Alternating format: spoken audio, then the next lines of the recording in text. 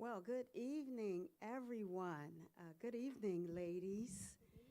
It's a pleasure to be with you again. We have a beautiful panel of women with us. We want to acknowledge our pastor, our bishop, Bishop William Elijah McMillan Jr.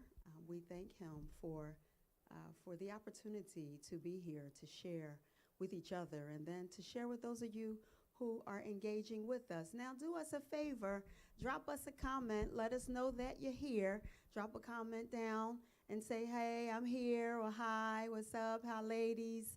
Let us know you're with us today. And so we have a beautiful panel of women. We are going to talk about the single expectation. And a few of the things that we're going to share is about being single and happy. Yeah, what's that? The pressure to the pressure to marry. You know how you hear your clock is ticking. Is it your time yet? What's taking you so long? Or how about dating on the various, are they called apps?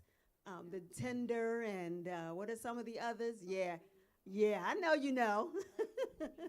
Black people meet. What is that about, and where does God fit in with all of these areas of concern? And then how about friends with benefits?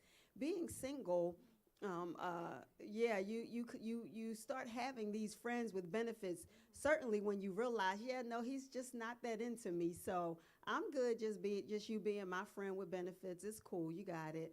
I'm all right with that. What is that really? What is that really about? And we hear so much about single black women and then about our black women dating outside of their race. And not only in the dating area, though, we have a lot of well-educated black women.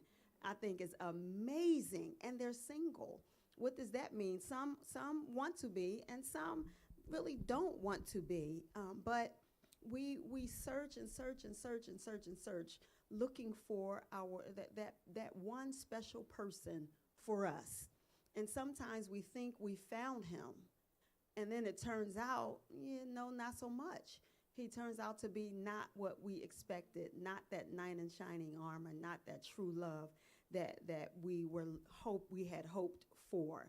But we pour out our heart. Or what is it like for you with your professional life? How about your hopes and dreams for yourself? So we're going to get into a little bit of that, and we want you out there, talk back to us. Let us know what you're thinking. Let us know some of your ideas of how you manage through being single in this day that offers its own set of challenges. Now, before I close, let me also say there is no magic bullet. There is no playbook to say how you should manage through, except we know the Word of God. The Word of God guides us. And so as we get further along in the conversation, I may chime in and say a few things, but we have Sister Janice here who is going to facilitate our conversation. And we have with us Kathleen McMillan, and then, or Kathy, Kathleen Ruth McMillan. And we have the most powerful piece, Shanice, here with us. And then we have our friend and special sister, Penny Brown, with us. We're so glad to have her. And then, of course, we have Labria, who's been with us on other occasions. So has Penny. But we have Bria Shannon here with us. So I think this should be an amazing conversation, educational, some humor, but in all love and in all respect and regard, because we know that God honors our steps, and so we want to pay regard to the God of our salvation. Amen. Okay, so Sister Janice. Well, again, welcome to another episode of The Vibe, where conversation meets purpose. Let's give it up for our visionary, our leader for The Vibe, Lady Hope McMillan. Drop your emojis in the comments and celebrate Evangelist Hope McMillan. We also want to give it up for our bishop, Pastor William E. McMillan Jr., who allows us to have this space every month to talk all things the vibe, right? So we are going to have an amazing night. We have some fun young ladies on the panel tonight. And so let's just get into the conversation. If you have a specific question that you would like to ask one of the panelists, please drop them in the comments. First Lady Hope McMillan will be moderating that part. But, you know, let's get into it, ladies. So I have a little icebreaker I want to do. It's fun. Be as animated as you please. Make it fun, right? Okay. So if you were to create a funny meme or GIF about the wait for the right person, what would it look like?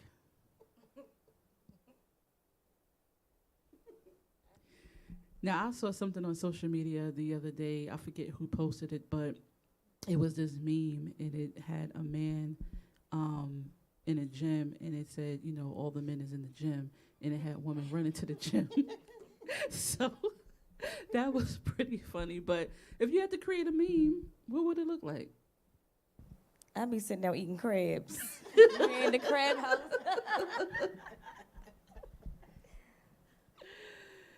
So that's how you wait. That's how you would describe waiting. It would be more like sitting there minding my business, because I know they say when you're you're looking for a husband. Right. When a guy's looking for you, Come you gotta on now. be hidden somewhere. Mhm. So I'll be hidden, Eating some crabs. eating my crabs, Yes. and minding my business. Exactly. And if you decide to come up to me and talk to me, then we can have a conversation. And that's what I'll be doing. All right, I like that. If I were to do a meme, it would be myself with a a fingernail clip, cutting lawn. That's Oh. how, and you know, that would take a long time. Okay. That's how long the wait has been. Mm-hmm. You That's know? real. Yeah. That's how long the wait has been, so that's That's what I good. would That's do. good. Mm-hmm. If I had to make a meme, it would be me paying for college, because it's taking a long time. So you didn't get that student loan forgiveness. I guess you didn't get that. Well, it wasn't enough. It wasn't enough. Oh, that's cute. That's cute. What about you, Penny? If I had to create a meme, it would be me at the park with my grandbabies who are small Mm-hmm. and they get bigger. Mm-hmm. And it's, you know how the wait just seems like forever when they're down here. So that's my meme. Well, one of the although you all's answers were pretty creative and amazing, but one of the things that has been consistent, patience and endurance. And so I always tease my kids or even my husband, like, man, I don't know how it would be if I was single, but I really commend you all, because at the end of the day, I know it's not easy, and who wants to settle for the bare minimum, right? So being patient, and I love what you said, Labria, about having the man come find you minding your business, right? And so I just love that. So, you know, kudos to you all. But we are actually about to get the conversation started. So we're going to do a little things different tonight. So typically, you know, we'll have a set of questions that we would ask each one of you. But, you know, because this is a heavy topic and you guys are fun, I'm going to let you choose the category. We have a couple of categories that we selected some questions. So the categories are living single, digital dating, friends with benefits, intimacy, and relationships. So you guys can pick the category, but I'm going to pick the question. Who wants to go first? Living single, digital dating, friends with benefits, intimacy, and relationships are the categories for this evening. So when you say digital dating, are we talking about the dating apps? Yes, for the most part, yeah. Okay. Mhm. Who wants to go first? I will. Oh. What's that category? Friends with benefits. Friends with benefits. See, she's starting off hot and heavy, which I love. Okay. All right. So we are moving along with the category friends with benefits. All right. So my question is, what are the potential emotional and spiritual consequences of engaging in a friends with benefits relationship?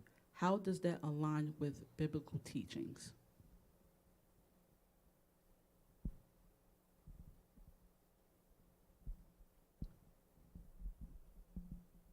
I think it aligns with biblical teachings when when you're having friends with benefits, but there are still boundaries. Mm-hmm. So, just because you're friends with benefits doesn't necessarily or doesn't automatically mean that there is sex involved.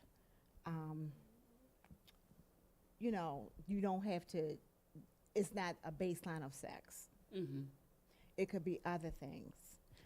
I'm glad you said that, because typically when you hear the term friends with benefits, they automatically Right. go to you're dating, you have friends, and the benefit is the sex Yes, component, right, right? right. So what does friends with benefits or in dating, what does that look like for Penny? For me, it looks like being able to take me out Mm-hmm. and enjoy myself. Right, Take Yeah. me out and enjoy myself. right. Or you can't come to my house. That's right. But, just out to have a good time. Mm-hmm. And by it being a friend with benefits, everybody doesn't have that benefit. Exactly. To be able That to take me access, out. Yeah. You Mhm. know, a lot of people want to take me out, but Mhm. Oh, can we touch and agree on that? But can. but they can't. Yeah. Right. So to me, that's how it is. Yeah. You have Okay. to. We're gonna take me out and have a good time. Mhm. That's a benefit. Right, That's a good benefit for you. right. Yeah. Because they have to work to even They get to have the to work to level get to it. take you out, Yes. to get to that point. Yes. Gotcha. Yeah. Yep, go ahead.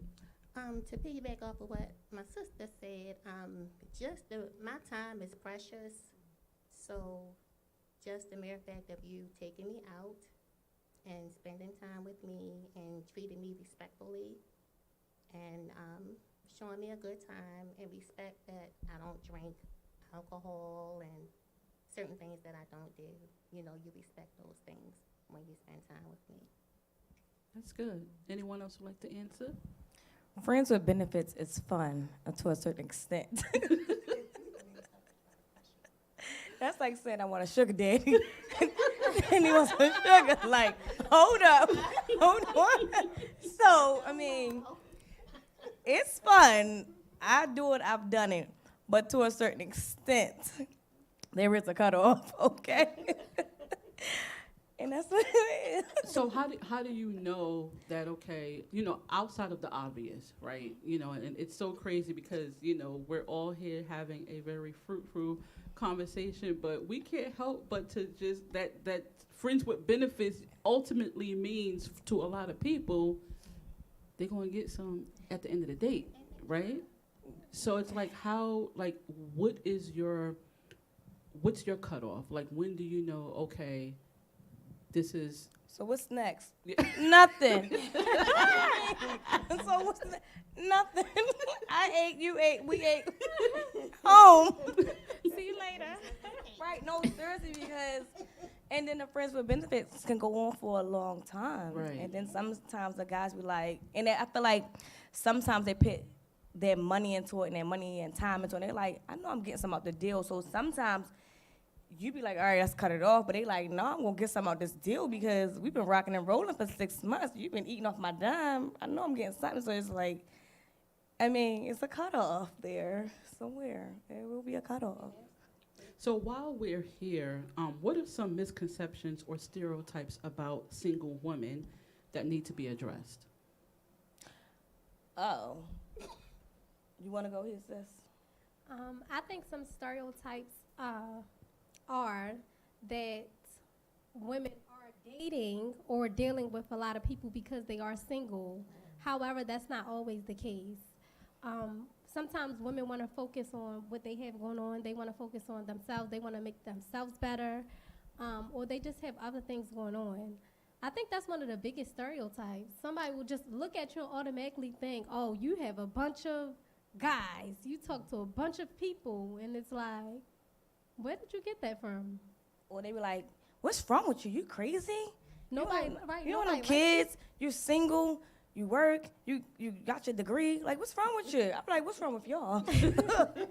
Ain't nothing wrong with me. But I'm not just doing anything. Mm-hmm. So like, it has to be worth my while at the end of the day, as a single woman.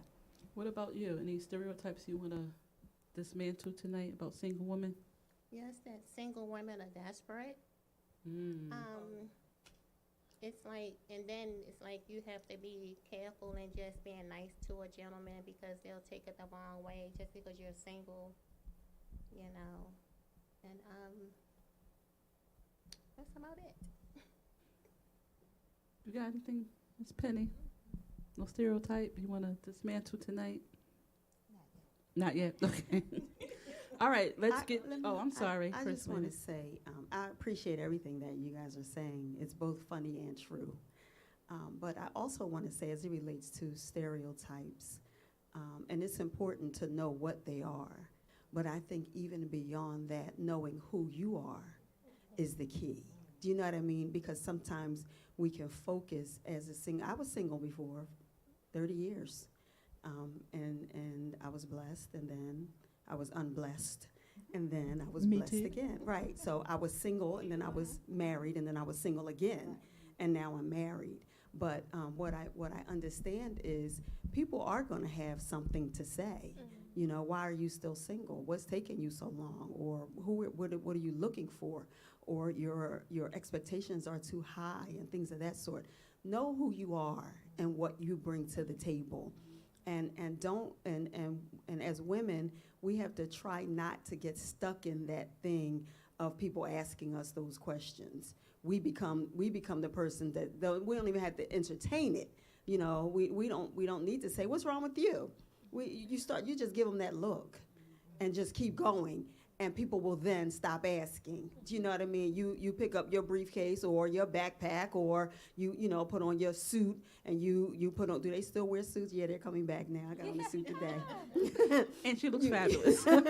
You dress up and show up for yourself, you know, and just keep moving through all of the stereotypes, because they are out there.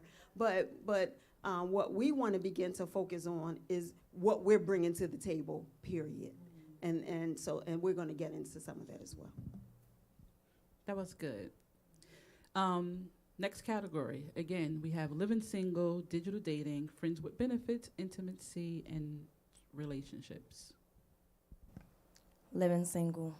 Living single? Oh, okay. So I'm going to keep it light for right now. Thank you. How can young women, such as yourself, embrace and make the most of their single season while actively pursuing personal growth and fulfilling their God-given purpose? Be busy. Be busy. Yes. I would say just travel, you know, read books, podcasts, like all that stuff. It works for me, or it has worked for me during this single journey. Having friends that are single a little bit, but sometimes you can't take advice from single people because every single person is not happy. And so if you're traveling the world and you're single, and then you have another friend that's single and just existing, like it doesn't click. So I can't be around single people that are not happy. I'd rather be around individuals who are happy and that are single, and we're having fun. You know.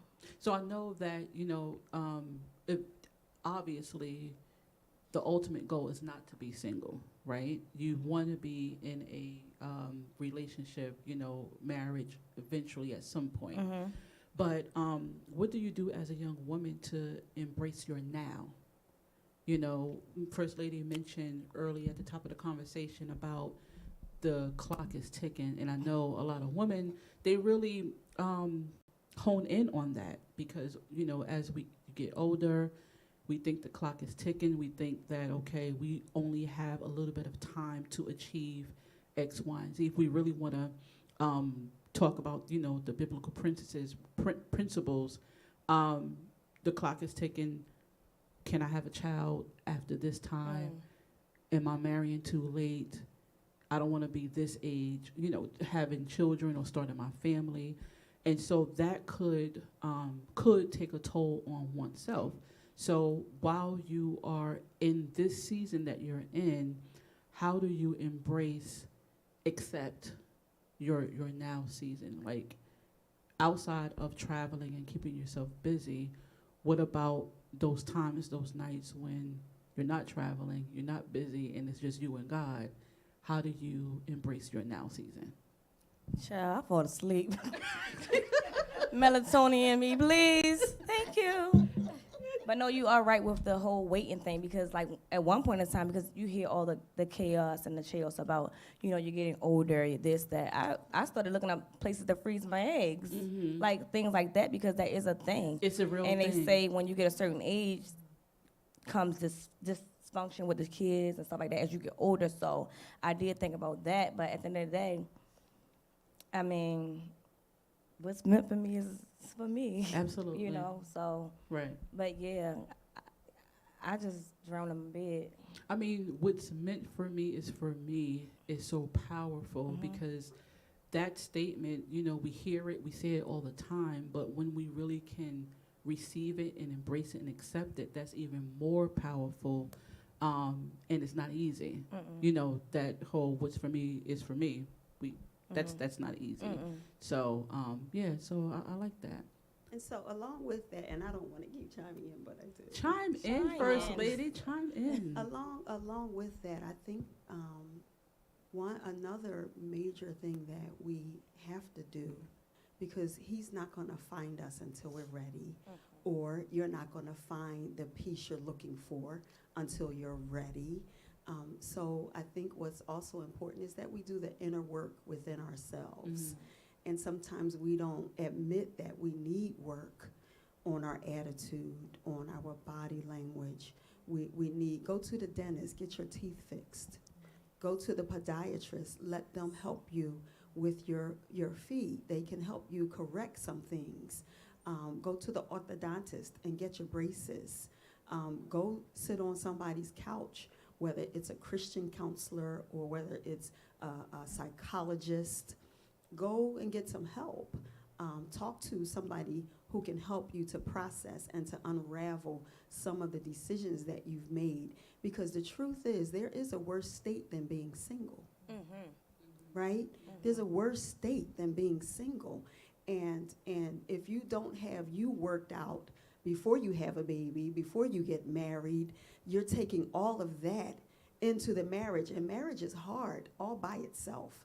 I know we see a lot of things and we say, oh, marriage goals. Yeah, no, but they were probably arguing when they took that picture. Exactly. We just know how to smile. Do you know what I mean? So I think when we're single, we work on who we are, who we want to be. Who do you want to be? And show up as her every single day. Every time. If you want to be, if this is who you are, be her all the time. If this is who you are, be her all the time. Don't just put on your fine garments, looking sharp, only because you're coming on the vibe. Don't just be sharp just because you're going out. No. Be that every single day, because that speaks to you, to who you are as a person, to who you know that you are wanting to be. And start getting yourself together so that you can make yourself ready. If you want to be married, you want to make yourself ready so that he can he's not going to find you when you're mixed up, expecting him to help you be healed from the past hurt. He doesn't even have the capacity for that. Men do not have the capacity to help you heal from the other man. They don't have the capacity for that. You're going to chase him away. So work on, in your singleness, work on your heart, the forgiveness, work on, let God do a heart transplant so that he can help to prepare you to receive, because marriage, relationship, period, it's hard. Can you imagine taking all our baggage with us and then have to deal with the baggage of a whole other person? So yeah. That's good. I want to segue right into this question. I mean, First Lady, you just said a lot. One of the things, two things. One of the things that resonated with me when you spoke about, bringing baggage from one relationship into the other. But, sometimes the baggage doesn't even start with the relationship with your ex. It starts with your parent, your father, absentee Childhood. fathers, childhood, right? Childhood trauma. That void of, and again, I'm not talking about intimacy, I'm talking about the void of that male figure, that protection, that security, that void that's missing. And that sometimes spills over into a young lady, then spills over into her relationships and how she view and deal with men, That is right? so bad. So I know each one of us here on the stage has dealt with heartbreak and all of those things before, but on a serious note, how can women heal, or how did you heal and find restoration after experiencing brokenness or heartache after being in a relationship? How, I was engaged to be married, and things weren't going the way, that I expected them to go. And I began to pray. I had to pray because emotionally it was draining. It was really, really draining, and I had to pray. And I also, speak with my family. But when you ask God to show you signs, it doesn't pay to ignore them. Because God has showed me signs, and I ignored them because this is what I wanted. Well, what I thought that I wanted, who I thought I wanted. So then when I prayed again and again and again, and God revealed signs to me, I accepted what those were, and I released myself from the relationship, and I felt a load lifted. I didn't feel any heartache like I guess people thought I would be down in the dumps and everything, but it was like a lift. But you definitely, when you pray and the Lord answers you, you have to pay attention to it. Don't ignore it. Yeah, that's good. Anyone else want to answer that question? Free, why you laughing? You good? So you know what? I'm gonna be honest. I had my heart broken completely. It was shattered, and I didn't know what I was gonna do. I was confused, crying all the time. Didn't want to do anything. Didn't want to go anywhere. Couldn't understand why that happened because I thought I was the best. And so what did that mean for my life, right? And so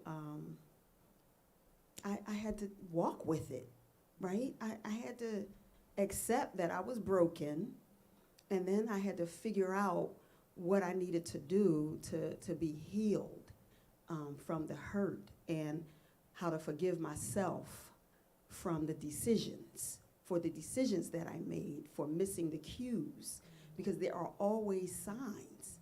And it's like driving. There's a light, a red light, you stop. And there's a stop sign, you stop. And I went past all of that. I just disregarded all of that. And so my heart was broken. What did I do to kind of get back? You know what, I started watching movies, and they're not real, but still. I started watching movies of women who were winning.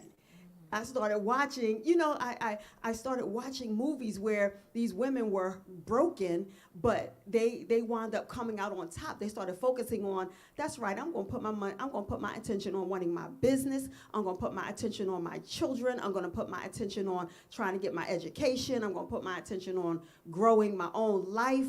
So I started watching movies like that. Then I started stopping past the magazine store, or the magazine, what do you call them, the bookstore. Yeah. Went to the bookstore, picked up some magazines, Ebony, Essence, Oprah, In Style. I started picking up all these magazines because they have articles in them that were going to tell me. They were articles written by women who were hurt but started winning. And then I started reading regular novels. I love Danielle Steele, plug. So I started reading Danielle Steele books because at the end, the woman always wins, right? And believe it or not, those things did something for me. You know what I mean? And so sometimes I think you have to find what's going to work for you. And don't fool yourself into thinking that I'm okay, I'm not hurt. Yeah, you are. You know why? Because you're mean. You know why? Because you look raggedy. You know why? Because you won't even talk. You don't even talk right. You don't want to go anywhere. You're depressed. You're depressing to be around.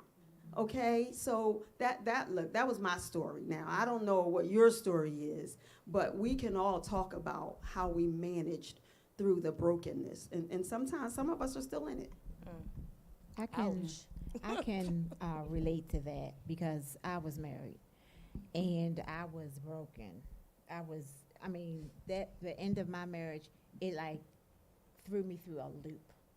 And I just surrounded myself with my very close friends because a lot of people didn't even know that I had gotten out of the marriage.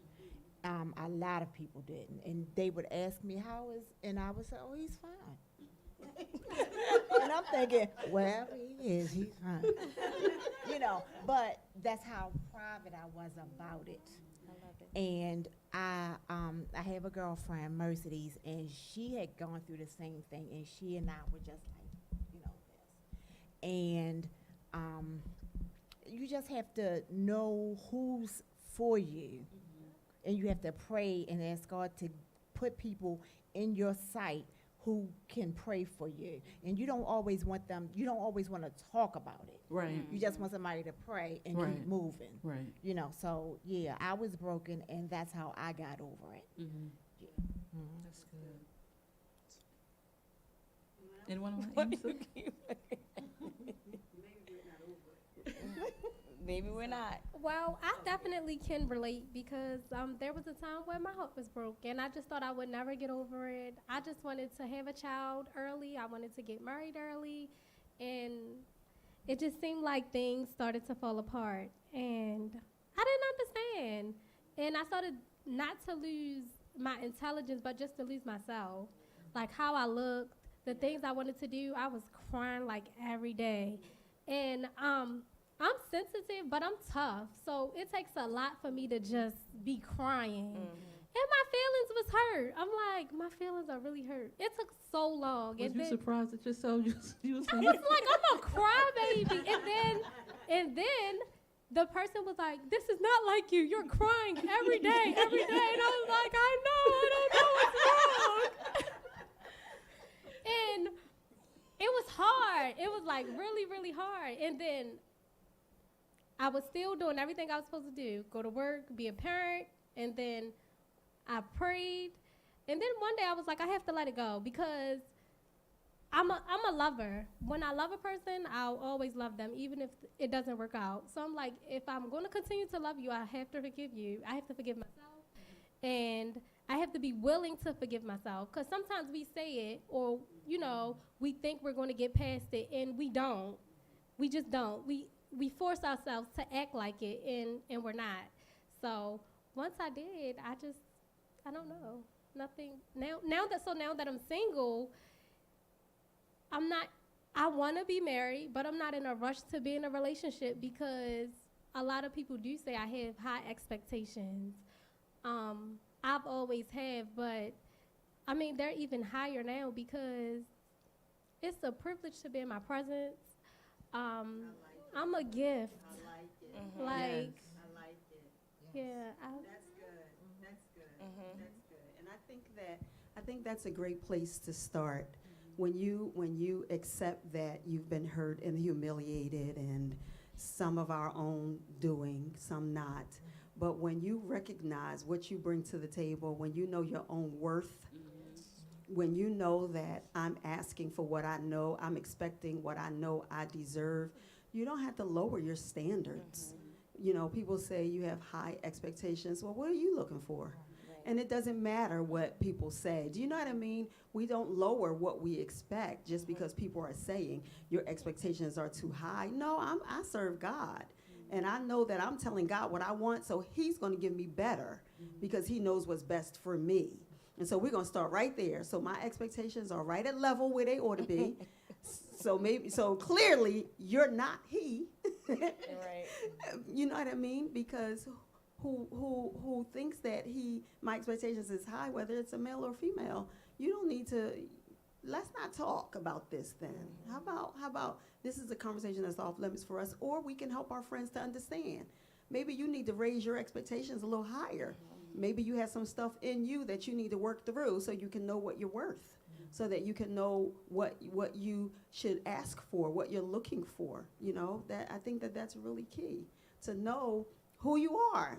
Shanice, that was really good. After you did all the crying, after you released all of that, you were back on top trying to figure out, all right, where am I going now? What's my next move? I got a son to raise, and I want to raise him knowing how to love a woman, knowing that he's to provide, protect, and profess, knowing that he can have whatever he wants, and that he's going to be a great man. So when did you know your worth? When was that pivotal moment that you said to yourself, I know what I'm worth, I know what God has for me, and this is how I'm going to move moving forward? I always knew my worth. Sometimes when you get caught up in a relationship and when things become unhealthy, you don't see yourself for who you are because it's, everything is so cloudy. Yeah. You want something so bad, even if at the time it's not for you. It's almost like just being possessive over something. It may not be good for you, but you want it. So I just had to remind myself, like, this is not me. This not me. Nothing about it is me.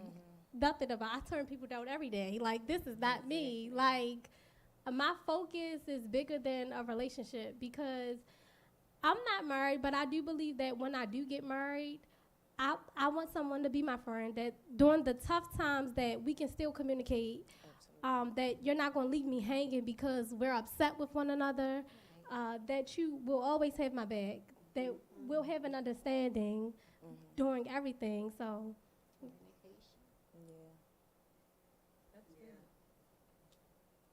Sorry, that's good, Shanice.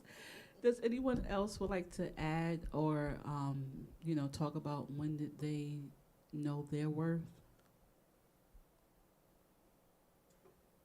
Okay, No. so ladies, we're gonna get a little better with this talking, right? Because and we just tell the truth, right? Because we didn't always know our worth. That's really the truth. And while it may look like some of us walk high, stand tall, we had a moment when it really wasn't like that. It's a growing thing, right? Because sometimes when we make poor decisions or when something happens and we respond to it, it affects us in a certain kind of way, we sort of lose ourselves. Whether it's because someone we love telling us, you look a mess, what is wrong with you? You're boring. Who are you? What do you want to do? People say these things, right? You're just boring. I don't want to be with you. Or maybe it was just me that somebody said that too. I mean, people always tell me I'm boring. I don't do anything fun. People idea of fun are not my. It's not my idea of fun. And you had to And it's you had to be okay with that. But you had to get okay with that. That's fine. Yes. Yeah, and you have to get okay with what people say. But it's okay to say, I'm really learning my worth. And you know how you know you're learning your worth? Because those relationships, your guy friends and your friend girls, your girlfriends that you hang out with, you view them differently. And the relationships start changing. And the conversations start changing. Because, it was Eleanor Roosevelt who said, small minds talk about people. Average minds talk about things. Great minds talk about ideas. You find yourself talking to people who have ideas, not just people who want to talk about people, because what's that? right? What do we get out of that? And so you start learning your worth as you start growing and being around people who are like you. Now, if you're trying to be an attorney, you can't hang out with the drug dealer because you're about to lock him up. Right? That's a mixed match. So if you're trying to be the president of your company, you have to find your friends in the presence of people who have ideas about company and growing and things of that sort. Okay? I still feel like I'm talking too much, but yeah. My thoughts. And I also learned to not second guess yourself. If you feel like something is wrong or the vibe is off, then go with it. Follow your gut. And if you have to move on from it, move on from it. Because I had to. Speaking of which, red flags, right? Well, I don't know, but I used to be the type of person that didn't want to see someone else hurt. So I wouldn't get out of a relationship, or I wouldn't stop talking to a person, like, because I just didn't want to hurt their feelings. And now I'm just like, I'm not talking to you. I don't care. But speaking of which, you mentioned something earlier, Kathy, about red flags and how you identified them, but you just, let it go because you wanted what you wanted. So moving forward, how do you identify those red flags? Do you identify the red flags and then you be like, oh, let me just, tweak it a little bit, or let me just see what's going to happen after the next date or the next time we talk, or you just cut it off? You have to accept things for what they are. Right. That's it. Like, you just have to, because it's even with God. Like, sometimes we ask God for things that we're not ready for. And then when we get those things, it's like we don't know what to do with them. So when you see something and it's not right, it's a second date. Where are we going? Nowhere. Child, I used to tap all over red flags, okay? Tap dance up and down red flags, seriously. What would give us an example of a red flag of a person? What was the biggest red flag? Like, you identified, you said, yeah, no. White lies, is that a thing? White lies? Yes. Because people say, I didn't want to hurt your feelings. Like, what? What? Tell me the truth. What's going on? Right. Like, little stuff like that. Like, just tedious stuff. Especially when it's early on. Yeah, right? like, Yeah. what? Mhm. So I be already in my mind, like, yeah, It's not it's gonna not work. happening again. Like, I be already, they already You finished. lying already. Once I pick up that cell phone, baby, and start texting or getting on a site, it's done for me. Like, you have to really have my attention. I'm so sorry. Like, you have to really grasp my attention out with me. And if you can't, I already know what's going on. And then you become friends with benefits, or whatever you call them. Now, Nope. You said I no? was, No. All right, pause for a second. Go ahead, Penny. I was the type who would see the red flags, know that they're red flags, and keep going. Keep going. I think we all was there. Yeah. I would just say, okay, all right, let's do something else. And then we will go to the next thing. And then there are 5 red flags there. And I'm like, okay. The finish line is approaching. And, in that, I was like that for a long time. And it's like within the last 5 years,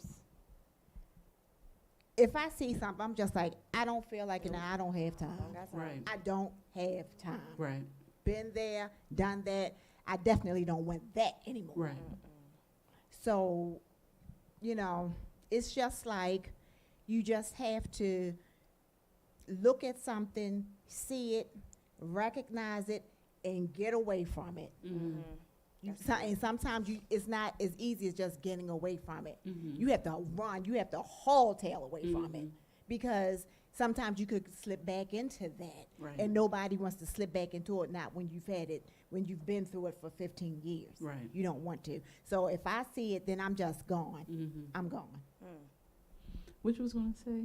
Oh, she was saying sometimes she continued to be friends with benefits, and I was saying, oh no, no. Is that a danger zone for you? So I don't like to.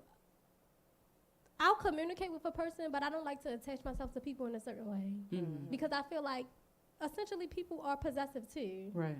So no, if we're not, I just don't like the.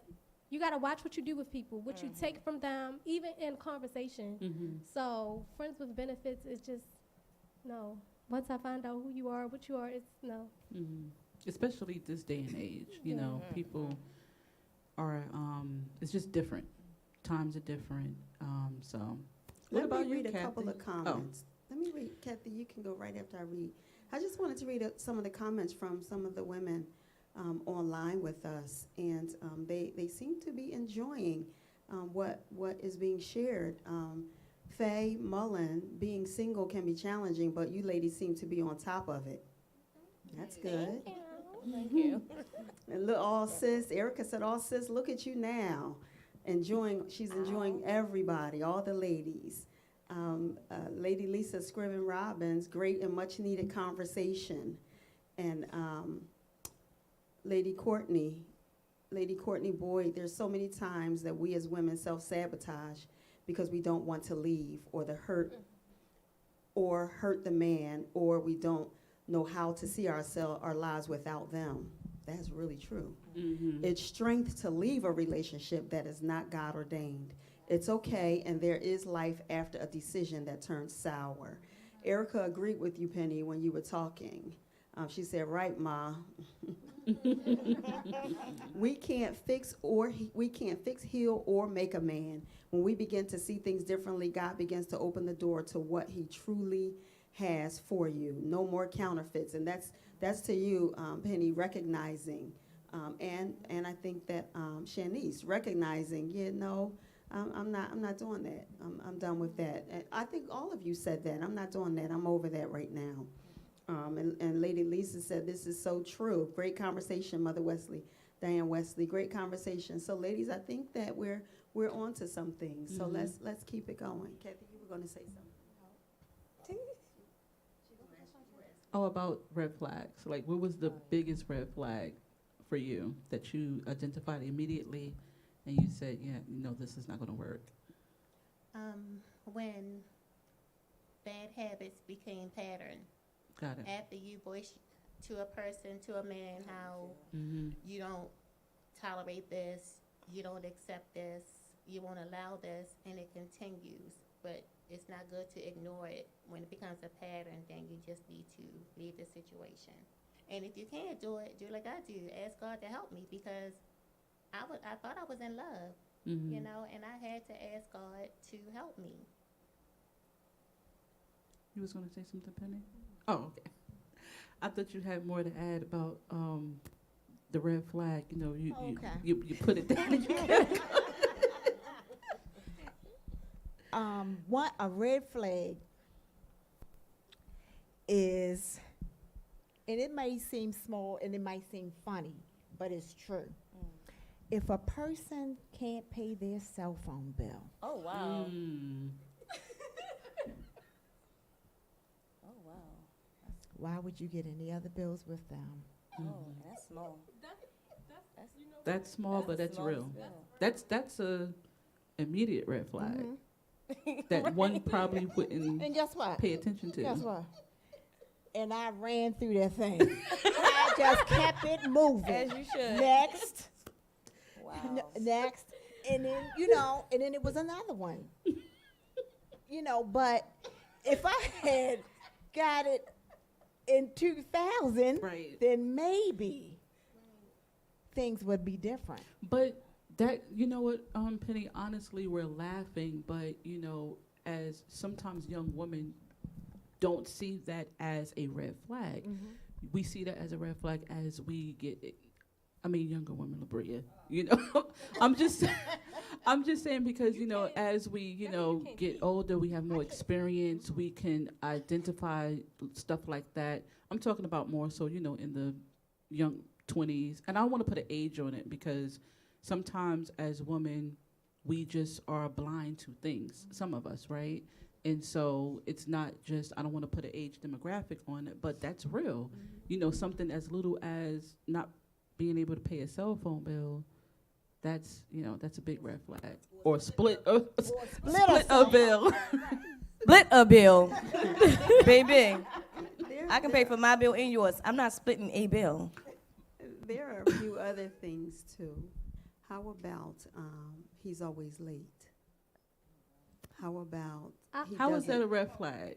How is that a Me red too. flag? Yes, expand. Yeah, I need you I'll to leave be out on time because you Mhm. care about time. Gotcha. You care about my time. Mm-hmm. You care about the fact that we're learning and discovering each other. Mm-hmm. And so, number one, you want to be the best that you can be coming correctly Mm-hmm. for the time being.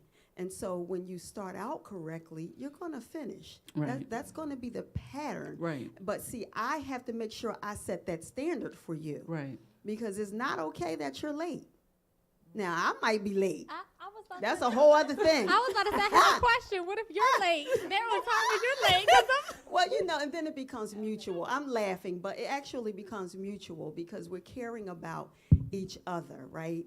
And so if starting out, you're doing things that I don't like, I get to say that I don't like that. And I get to make the decision about how I want to respond to it. If I never respond to the fact that you're late, but I don't like that you're late, and then I get passive aggressive and I'll have an attitude because you're late, and you say, "What's wrong with you?" "Nothing." "Well, why are you so quiet?" "I just don't have anything to say."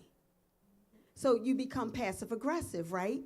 And then you start getting miserable in a relationship that you don't even have to be in because you get to determine that you don't want to be in that relationship because he's not respecting my time. Right. How about the way that he talks to you? Absolutely. Okay. How about, and I mean, these are red flags that we sort of miss, we push aside.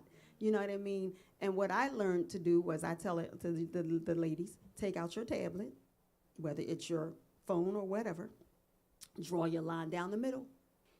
Things that I'm going to be okay with and things that are deal breakers.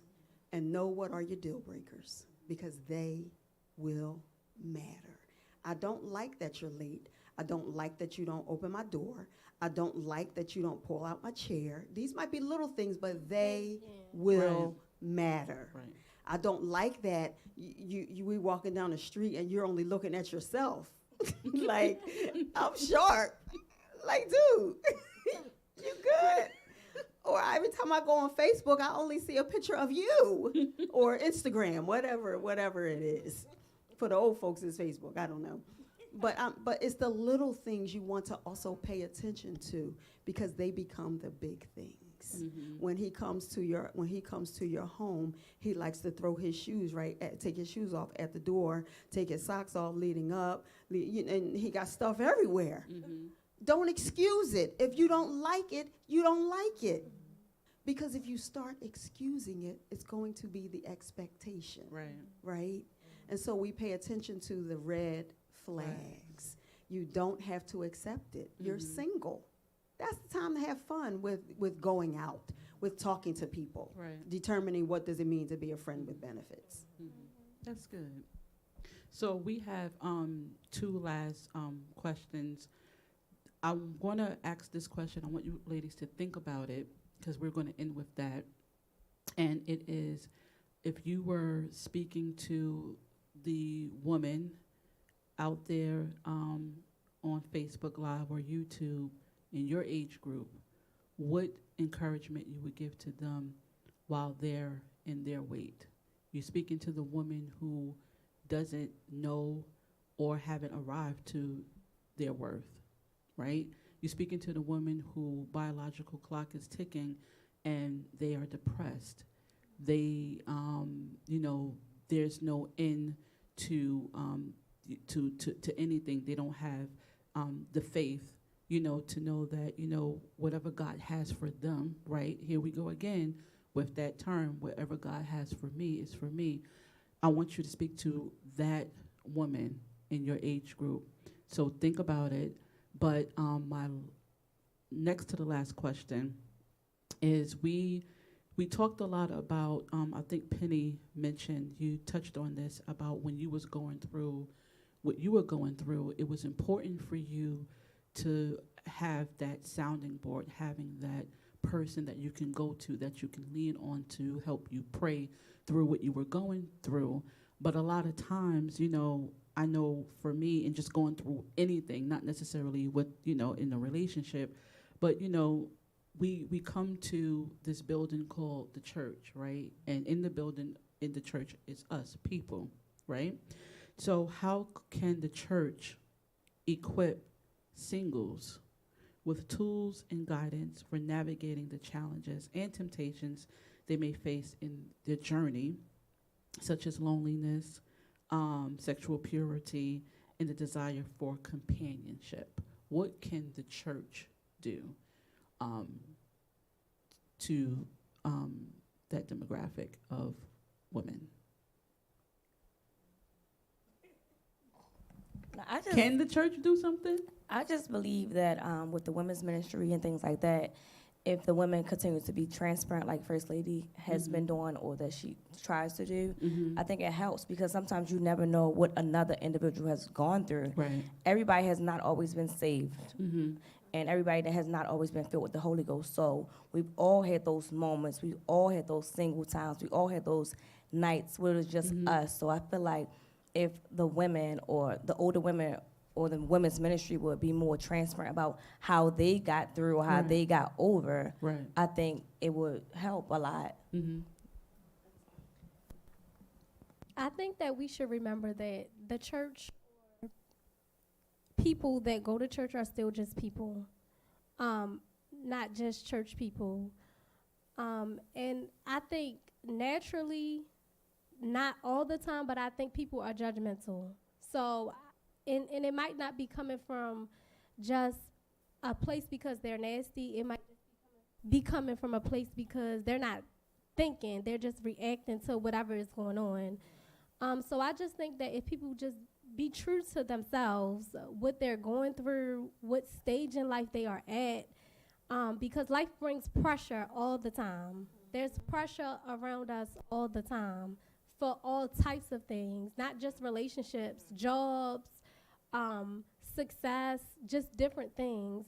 And I think that we need to hold ourselves accountable for where we are and not compare ourselves to what other people have going on, because we might not be where Janice is, we might not be where Aunt Penny is, but there's a time and we'll get there, and it might not be our time. So I think that we just need to respect each other, because we are all people. We all have feelings. We are all going to make mistakes. Nothing about us is perfect, even though I try to be sometimes. But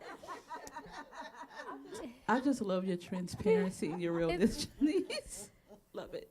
yeah, because we come here because we want to be seen by God. We want to feel Him. You know, we want to be accepted. But we got to remember that we all have feelings. We all go through things. We are at different stages in our lives. But Christians, you know, we could be judgmental a lot, you know. So what about you, Kathy? Do you think the church can offer? What can the church do? And if so, what are some of those things? I think like more support groups, single fellowships, and I believe it should be all different age categories, because it's not just the younger women that are single, because I'm 57.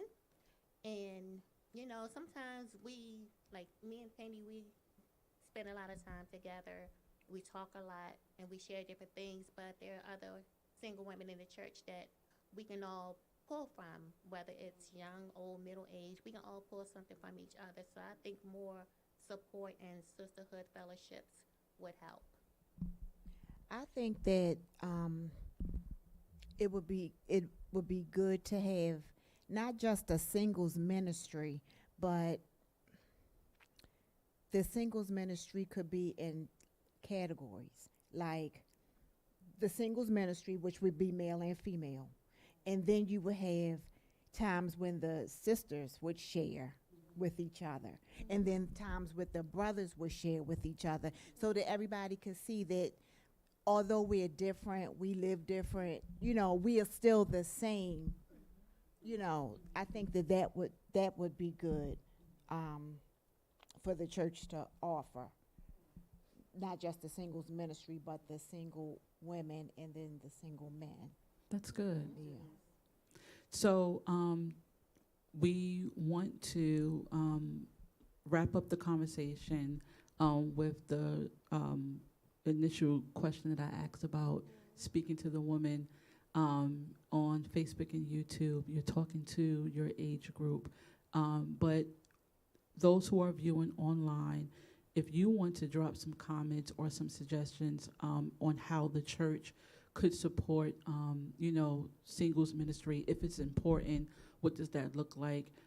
First Lady is then going to come back after you all have declared to your sister out there, and she's going to, wrap us up, and we're going to close out. And thank you all for sharing the stage with us on tonight.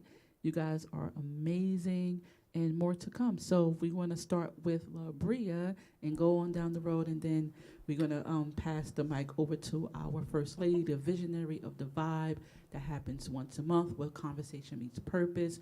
Make sure that you like, share, and comment on tonight's live experience.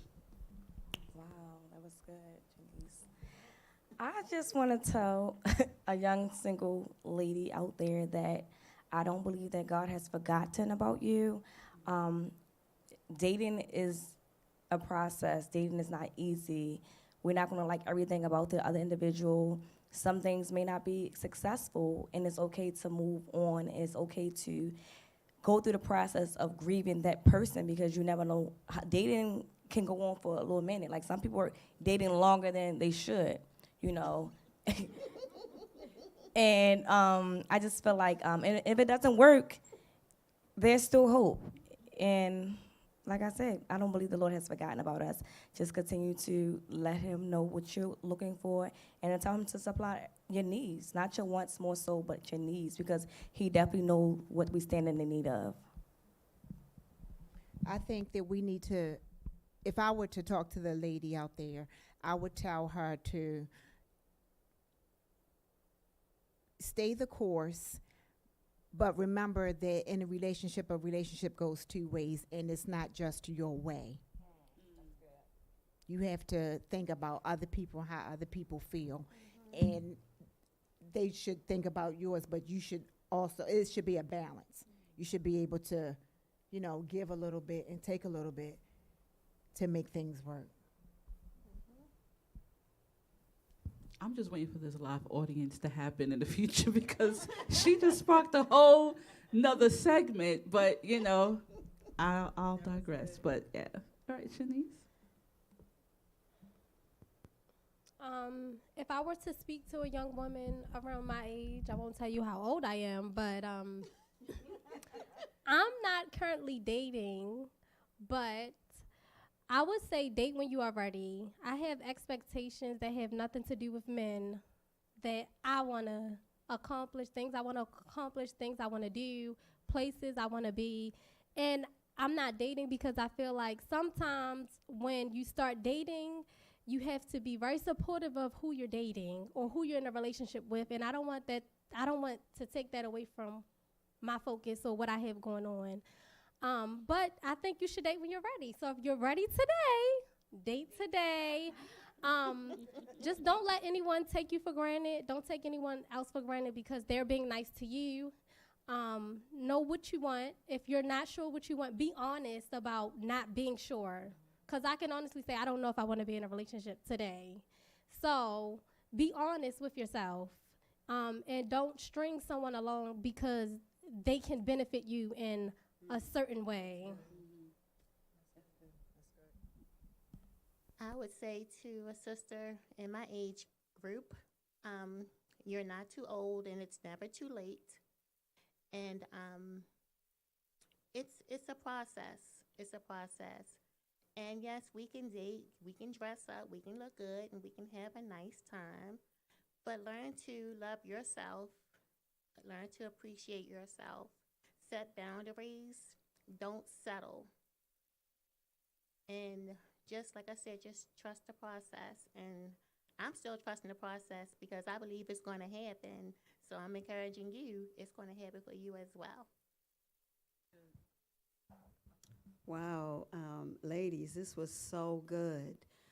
But to close out this segment, let me say to you, ladies, it's great to know who you're looking for and to know that you don't want to be in a relationship right now because you have some other things that you're trying to accomplish. That's one of the greatest things that you can do for yourself. Before you get into a serious relationship, realize your dreams, your goals. Walk into the relationship knowing that you've done those things for yourself so that when you're in the relationship, you can enjoy it and you go in with the great expectation of this is what you need to do because this is who I am. Do you know what I mean? So if you have some dreams, you want to go to school, you're going for that big promotion on your job, or you're starting your own business, or you want to travel, or whatever it is you want to do, build it into who you are. So that when you go into a relationship, you're taking all of you there, and you're not just, he's not thinking like, well, when did all of this happen? Because he then thinks he's seeing somebody that he doesn't even recognize, right? So take all of you. Don't pretend with anybody about who you are. And the other thing I want to say is God completes us. God completes us. And so as we are developing our relationship with the Lord, which we should, as we're developing our relationship with the Lord, he's going to develop us. We are his masterpiece, right? So he's going to show us who we are. And it's cool to recognize what you want, but do you understand what you're bringing? Are you bringing anxiety? Are you bringing frustration? Are you bringing doubt? Are you bringing these things to the relationship? Do you still have some things you need to work on for yourself? Are there some ladies out there, you have some things you really know you need to work on? Use this time as you're single to work on those things. That's not to say that something's wrong with you. That's to say you want to spend some time with yourself, growing in who God is creating you to be, so that you can be ready for whether even it's just going out with friends. I remember I said to my friend who is now up in heaven, Elder Freisen, really good friend of mine, good friend, brother. He's my brother to Bishop. I was single, and I remember saying to him, man, I just want somebody to call me and take me out. And he said, take yourself out. How are you waiting for somebody to take you out? First of all, he couldn't believe I was saying that, right? And I'm thinking, like, what do you mean you can't believe I'm saying it? But in any event, I appreciated him saying that. So gather you some friends who are going to tell you the truth. Some male friends, they're going to tell you the truth. Just friends. They're going to tell you the truth about yourself and about other men, right?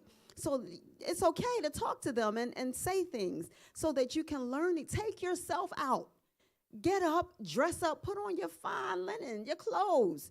Take yourself out to dinner. Go to the movies. Go to the market. Somebody on here said about doing cooking lessons. Go to the market. You can learn everything. You can learn everything on YouTube, right? Go to the market. Look on YouTube. Get you some recipes. Find out how to bake some chicken. You can't go wrong baking chicken. Find out how to make some lamb chops. Get some recipes on doing some exotic meals. Make yourself ready while you're single. Not only that, just really develop your relationship with God. He's not going to steer you wrong. God's going to give you the best. You think you're asking for the best. That's nothing to God. Okay, I just wanted to read a couple of these comments, Denise, before we close out, because you guys are amazing.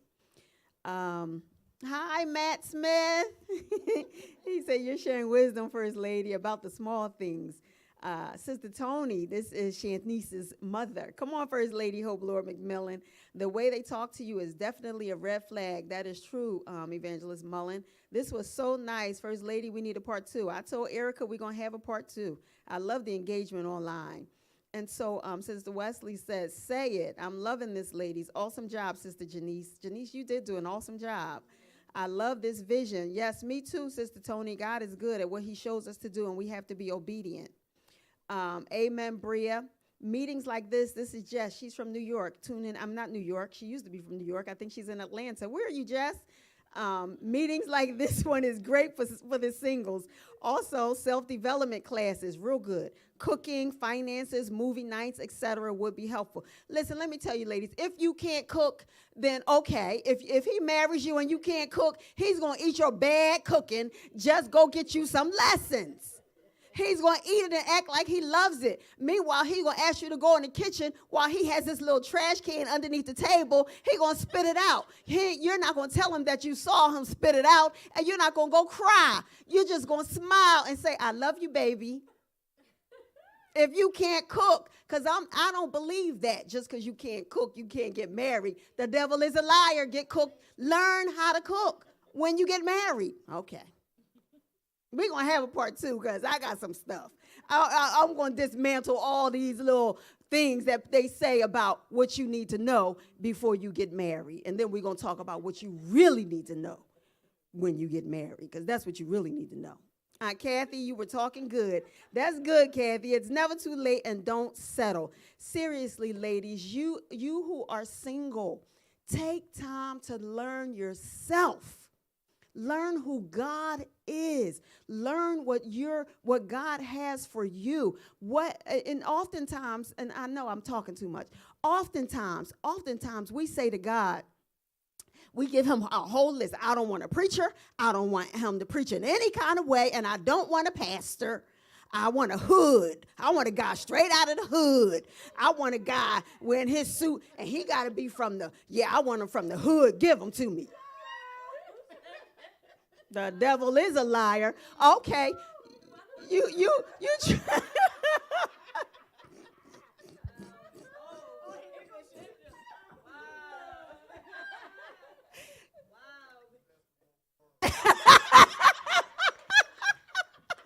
Yeah, he did. He came in there with his Timbs, his jeans, and his shirt. But let me tell you something. That man dresses up every day. Every single day. Even in those Timbs and jeans, he looked good. But he's smart, right? He's intelligent. He spoke English. He didn't get up there speaking Ebonics. I don't even know what Ebonics is. Okay, never mind, I do. But I'm just saying, don't speak Ebonics to me, right? When he said to me, if I give you my card, will you call me? No, I will not. You cannot give me your card. Okay, we're going to have another part 2. Anyway, ladies, you are amazing. These ladies up here on the stage, you ladies out there, you are amazing. Know your worth. Know who you are. Be her all the time. I mean that. If you like looking raggedy, okay, look raggedy all the time. Ain't nobody going to want to fool. Nobody's going to want to fool with you. But dress yourself up, right? Whatever that means, call me. I have an abundance of stuff, overabundance of everything. Call me. I'm going to help you. Call us another sister. Let us help you. But get yourself together. Smile. Show up for yourself. And he hurt you. Let's help you heal. Talk about it. You don't have to tell all of it. Bishop Jones said testify in code. Don't tell all of it, but let us help you. I'm transparent with my life. Why? Because what you going to say about my life that I won't say about my life, right? I am where I am because of my life and what has happened, the poor decisions, the good decisions, the missteps, the mistakes. I am who I am because of all of that. And I want to encourage you to be all God has for you, because there's nothing you can't do without God. Living single, there's no book on it. You just live it. You cry sometime. You grab that pillow and squeeze it real tight. You go take a shower. They don't always work, but take it anyway. Just don't take a hot one. Take a cold one. I don't know. Go ride a bike. Go run. Get in the exercise class. Lose some weight. You think you're too big? Lose weight. Gather us together. Sister Penny and I both need some help. And we said we're going to do a class, right? I need some help. We're about to do our exercise class. Ladies, get ready. Okay? All right. Am I fussing? I don't mean to be. But I want you to know how special you are, okay? All right. And then you can get a hood wrap, but by the time we finish with you, you ain't going to want a hood. You're gonna want that man who walking out that boardroom. He walking out that boardroom with his briefcase, and he know what's Obama's walk. It ain't that, but he gonna see you. He gonna see you walking, and he's gonna want to know, who is that? My skirt was to the ground. My neck was covered. Bishop, I'ma know her before I leave here. And when I saw him, he know. He had me then. God, we thank you for this night. We thank you for every word spoken. Thank you for Sister Janice, for how she delicately led us through this conversation, to every last one of these women, Labria, Penny, Shanice, Kathy. Thank you for them sharing from their heart. Thank you, God, for opening up this opportunity for us to talk to the women and the engagement online. Thank you for every one of the ladies who participated. Bless them, God. Enlarge their territory, God.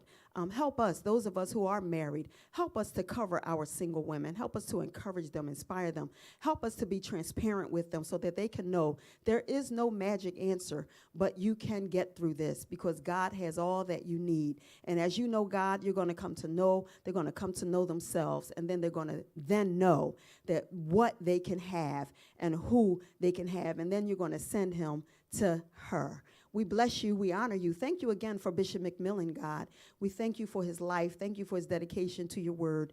Thank you again for Deacon Abe Thomas and for Deacon Earl Thomas. Thank you, God, for them setting this atmosphere for us with all of that they have to do with technology. We bless you. We thank you, God. And Lord, we want to remind the women to tune in next month as we have a special panel of men, because June is Men's Health Month. And we want our men to be strong and healthy. So we're looking forward to that conversation. And then we come back for part 2 for the single women. Thank you, God. We bless you. We honor you. In Jesus' name, amen.